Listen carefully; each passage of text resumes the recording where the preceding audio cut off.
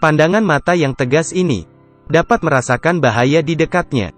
Pada posisi jam 8, jarak 10 meter, seseorang mendatanginya, tapi dia tidak panik, karena dia tahu medan di sini. Dia bahkan bisa menebak senjata musuh. Baiklah, bahaya sudah dekat. Apakah kamu percaya? Orang bodoh ini adalah agen khusus terkuat di Korea Utara. Dia dikirim ke Laut Cina Selatan. Untung berpura-pura menjadi orang bodoh, hanya untuk mengumpulkan situasi musuh. Meskipun dia menderita segala macam penghinaan, tapi dia sangat yakin, setelah semuanya ini, dia akan menjadi pahlawan. Apakah kamu pikir kita akan pergi? Pria ini bernama Ajiu. Diadopsi oleh nenek yang sudah pensiun. Biasanya ia seharian dikejar anak-anak. Jatuh dari tangga, dia akan jatuh ke lumpur. Bersin dan air keluar dari hidungnya. Membantu nenek mengumpulkan sampah. Dia membuat plastik sampah rusak dengan bodohnya. Semua orang menertawakannya. Tapi dia menertawakan orang lain karena tidak ada yang tahu. Untuk kebanggaan negaranya, Ajiu melakukan ini. Dia berjongkok di dekat tiang listrik. Dia melepas celananya di depan umum dan mulai buang air. Ini ia lakukan 6 bulan sekali. Tapi pada saat ini, ada seorang gadis cantik muncul. Seperti itu, masa mudanya terkubur di sini. Kehidupan seperti idiot selama 2 tahun ini sangat sulit. Tapi untung ada paman kurir yang juga agen khusus. Tapi dia telah bersembunyi di desa selama 16 tahun. Kehilangan semangat setelah bertahun-tahun. Paman mengeluarkan foto sekelompok wanita. Dia berkata, mari kita dukung mereka bersama-sama. Ajiu sangat marah. Bagaimana agen khusus dapat melakukan hal ini? Lihatlah bagaimana Ajiu hidup. Dia akan menunjukkan tubuh berototnya di malam hari. Memulai pelatihan iblis. Tubuh ini, gaya rambut ini. Dia terlihat seperti Bruce Lee. Tiba-tiba seseorang berteriak di luar pintu. Ajiu memperhatikan bahwa itu tidak bagus. Dia membuka pintu dan melihatnya.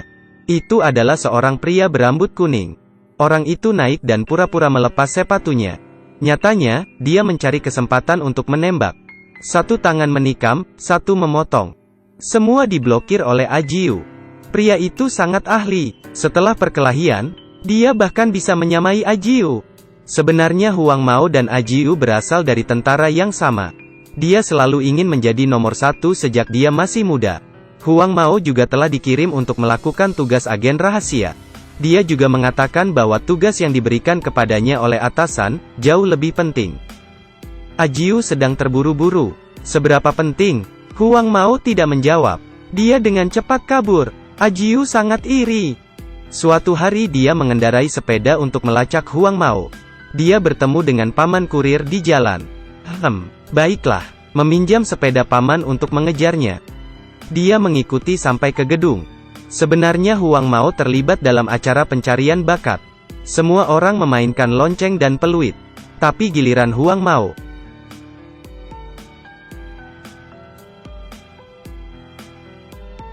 Dia tidak direkrut. Ini yang ia katakan sebagai tugas khusus. Baru saja tampil sebagai penyanyi rock yang bersembunyi di sini. Memberi penampilan yang buruk dan juga dimarahi. Tidak seperti Ajiu. Berpura-pura bodoh, meski ditertawakan, tetapi anak-anak di desa akan meminta bantuannya, setiap kali mereka mengalami kesulitan. Kakak wanita akan berbicara dengannya jika hidupnya tidak berjalan dengan baik. Dan nenek memasak setiap hari untuknya. Tetapi, peran orang bodoh bukanlah diri yang sebenarnya. Setiap malam, Ajiu akan menulis surat, untuk ibunya di Korea Utara. Dia melipatnya dengan rapi. Setiap surat ia sembunyikan di bawah karpet. Kemudian dia mengambil foto ibunya. Bermimpi pulang ke rumah suatu hari nanti. Untuk menikmati kebahagiaan dengan keluarganya. Tiba-tiba lampu redup. Pistol di belakang kepalanya. Pembunuhnya telah datang. Di kamar yang gelap, dia meraih kepala pria itu. Memperingatkan dia untuk tidak melupakan identitas aslinya. Dengan cepat, dia keluar dari balkon dan melarikan diri. Dia melompat ke sebuah mobil. Kemudian memanjat gedung tinggi. Pria itu mengejarnya. Dia ingin mengetahui identitas si pembunuh. Tapi pada akhirnya dia membiarkannya lari. Ini sangat jelas. Pria berbaju hijau ini tidak sederhana. Dia berpura-pura bodoh, agar diadopsi di rumah nenek. Hidup bahagia di lingkungan sekitarnya. Tapi identitas aslinya adalah agen khusus yang dikirim oleh Korea Utara. Ajiu bingung pada saat itu. Karena berdasarkan keterampilan pria itu, dia menebak. Pembunuhnya pernah menjadi bawahannya, Xiao Li. Sekarang Xiao Li telah dewasa. Dikirim oleh atasan untuk memantau apakah agen berkhianat. Tapi tak terduga, Xiao Li tidak bermain curang. Dia datang langsung. Dia berhasil masuk ke desa. Kemudian mendekati Huang Mao dan Ajiu sebagai seorang siswa. Tapi Xiao Li tidak menyangka. Dia bergabung ke dalam kehidupan bersama mereka di Korea Selatan. Mereka harusnya berdarah dingin. Tapi tanpa sadar, mereka menjadi pria yang lembut. Nenek diganggu oleh pengganggu hari itu. Pria itu berbicara buruk padanya. Dia bahkan sengaja menjatuhkan sesuatu. Ajiu sangat marah. Dia berpura-pura menjadi orang bodoh lagi. Dia berpura-pura berguling menuruni tangga. Sebenarnya dia bergegas untuk menghentikan pria itu. Tapi pengganggu itu menendangnya pergi. Nenek bergegas datang ke pria itu dengan tergesa-gesa. Dia juga didorong pergi. Ia hampir mengenai pecahan kaca. Untungnya, Ajiu menangkapnya. Pengganggu itu masih sombong. Ajiu mengepalnya erat. Dia ingin membalasnya. Tapi nenek meraih tangan Ajiu dengan erat. Seolah-olah dia tahu identitas aslinya. Ini justru membuat Ajiu panik. Setelah itu, putra nenek terlalu kesal. Dia pergi untuk membalas dendam. Mencoba mengalahkannya sendiri. Wajahnya dipukuli oleh pengganggu itu. Ajiu tidak bisa menolongnya. Karena itu akan mengungkapkan identitas aslinya. Siapa yang bisa menolongnya? Xiao Li. Ajiu memakaikan topi di kepala Xiao Li. Dan tersentuh dengan kasih sayangnya. Dia memainkan emosinya. Kau akan membantuku kan? Xiao Li menurut. Jadi Xiao Li mulai menembaki mereka. Untuk agen khusus seperti dia, ini sangat mudah. Xiao Li menyalakan semua lampu. Kemudian semuanya selesai. Untuk merayakannya, nenek membuat sup ayam. Tetangga duduk bersama. Tidak hanya Ajiu, Huang Mao dan Xiao Li juga diundang. Kakak wanita menyanyikan lagu. Huang Mao menemani di sampingnya. Semua orang dengan senang hati bertepuk tangan. Ajiu juga merasa senang. Xiao Li melihatnya. Dia sepertinya merasakan sesuatu yang lebih penting daripada tugasnya. Seperti itu, kehidupan ketiga agen khusus. Dilatih menjadi kucing yang lembut. Tapi saat-saat bahagia itu tidak berlangsung lama. Militer Korea Utara mengubah strategi. Untuk memperbaiki hubungan antara kedua negara. Kepala tentara bersiap untuk memberi perintah. Menyuruh agen khusus untuk bunuh diri. Di depan kekuatannya, agen khusus itu bukan manusia. Mereka hanyalah bagian dari permainan. Ajiu, Huang Mao, Xiao Li. Mereka semua telah menerima perintah bunuh diri. Tapi Ajiu, yang bersumpah untuk mengabdi pada tanah airnya sampai mati, tampak ragu-ragu. Karena dia tidak bisa melepaskan ibunya. Xiao Li mengeluarkan senjatanya. Kalau begitu biarkan aku pergi dulu. Tapi tangannya gemetar. Xiao Li tidak bisa melakukannya. Dan agen khusus lainnya juga bunuh diri. Hidup Persatuan Ibu Pertiwi. Polisi Korea Selatan mengevaluasi masalah ini. Mereka menemukan pelacak di dalam mayat. Akhirnya mereka mengerti, agen musuh telah menyusup ke pedalaman. Polisi mulai mencari agen yang lain. Xiao Li dengan cepat dikepung. Dia ingin kabur, tapi polisi menembak kaki Xiao Li. Dan menekannya di depan mobil. Mereka mengeluarkan alat di dalam perutnya. Apakah dia akan digantung?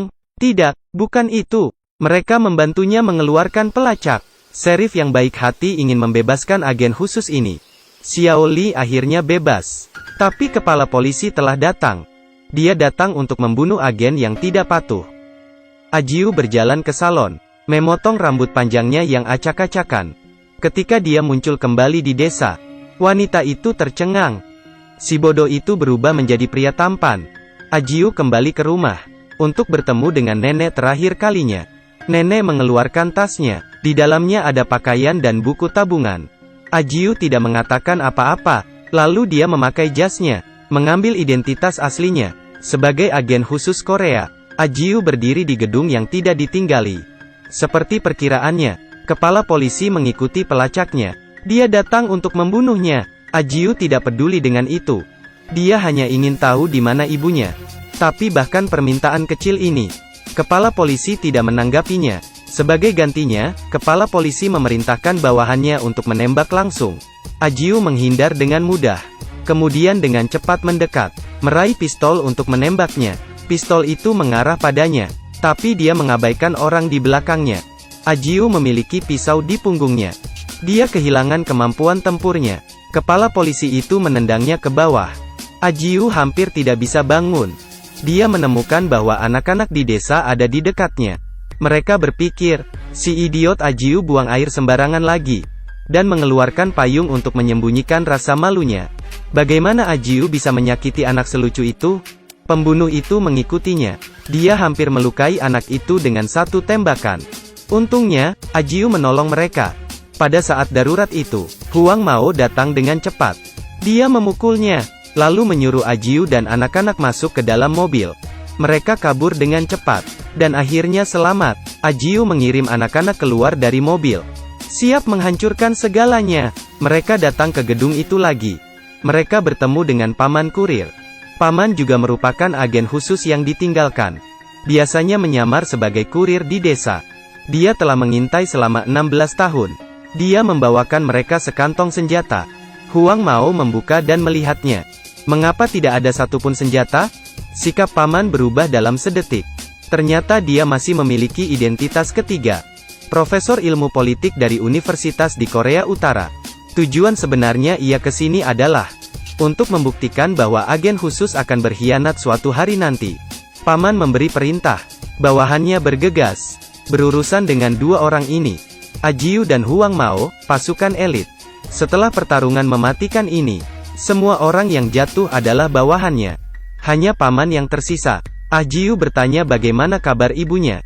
Paman berkata, untuk mencegah agen khusus agar tidak terganggu, anggota keluarga mereka telah dieksekusi. Ajiu berlutut di tanah. Dia sangat kecewa. Tapi di lantai bawah, kepala polisi itu sudah datang. Huang Mao membantu Ajiu melarikan diri ke atas. Pada saat itu, Huang Mao menerima berita tentang pertunjukan bakat. Tapi dia hanya bisa tersenyum tak berdaya. Kepala polisi mengejar mereka ke atas, membunuh Paman dalam satu gerakan. Dia sudah tidak berguna lagi, dan kemudian terus mengejar ke atap. Di depannya, itu adalah Ajiu dan Huang Mao. Mereka ingin istirahat, karena keduanya sudah terluka. Mereka dengan cepat dijatuhkan ke tanah. Saat itu, polisi Korea Selatan akhirnya tiba. Mereka berada dalam formasi, dan memberi peringatan. Tapi kepala polisi tidak peduli. Dia menginjak kaki Ajiu, hendak membunuhnya. Tiba-tiba dia diserang. Siapa yang menembak? Seorang polisi perlahan melepas helmnya. Itu adalah Xiao Li. Dia datang untuk menyelamatkan temannya. Kepala polisi hampir mati. Dia mengeluarkan granat dan ingin mati bersama mereka.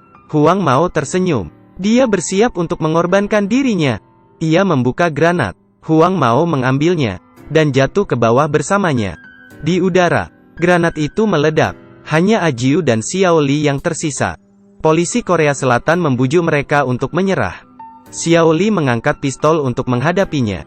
Bahkan jika itu pengkhianatan, dia tidak ingin bergabung dengan negara musuh. Ajiu masih tenggelam dalam kesedihan. Dia tiba-tiba memikirkan satu-satunya kerabatnya, nenek di desa. Dia mengeluarkan buku tabungan yang diberikan neneknya padanya. Ternyata nenek sudah menabung untuknya, menunggunya mendapat istri. Ajiu menangis. Tanah air memperlakukannya sebagai anak yang dibuang, sementara negara musuh memperlakukannya sebagai anggota keluarga. Xiao Li masih melawan. Polisi menembaknya terus-menerus. Tubuhnya tertembak. Ajiu menggunakan tubuhnya sendiri untuk melindunginya. Dia juga penuh dengan luka. Mereka akhirnya jatuh ke bawah, disertai dengan suara keras. Tidur di tanah ini selamanya. Semuanya telah selesai. Itu adalah satu musim dingin yang lain sejak Ajiu pergi. Nenek melihat potret keluarga. Dia merindukan masa lalunya. Ia memindahkan fotonya, dan beberapa kata tertulis di dinding. Ini sebenarnya perhatian Ajiu. Dia tahu, Ajiu pasti ada di dunia lain. Dengan semua orang. Jalani hidup biasa dan bahagia.